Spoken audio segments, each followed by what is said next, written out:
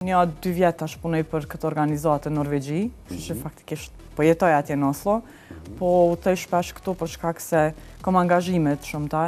Edhe një prej tyreve që përmende kemi këtë rrjetin e grave në energji dhe minjera, ku punojmë shumë, baza vullnetare, për mentorim gjeneratave të reja, por njëkohësisht edhe do të ndryshimin e këtyne apo adresimin e stereotipeve që sektori është vetëm i burrave. Do të thonë gjatë gjithë kohës je duke dhënë kontribut.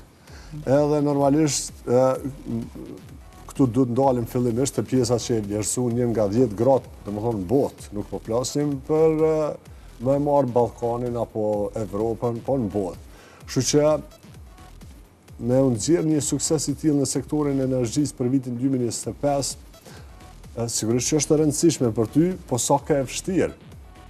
Që se ndoshta njeri nuk niset me marrë një çmim të tillë, një vlerësim të tillë, por që puna e bën të vetën. Po nominimi është i hapur edhe ka, do të thotë, në barë botën ka gra që punojnë në kompani private, në kompani publike, në organizata jo qeveritare, apo në universitetet që ndërlidhet, do të thotë, sektori i energjisë është bukur i gjerë, do të thotë, ka në fushat shumëta.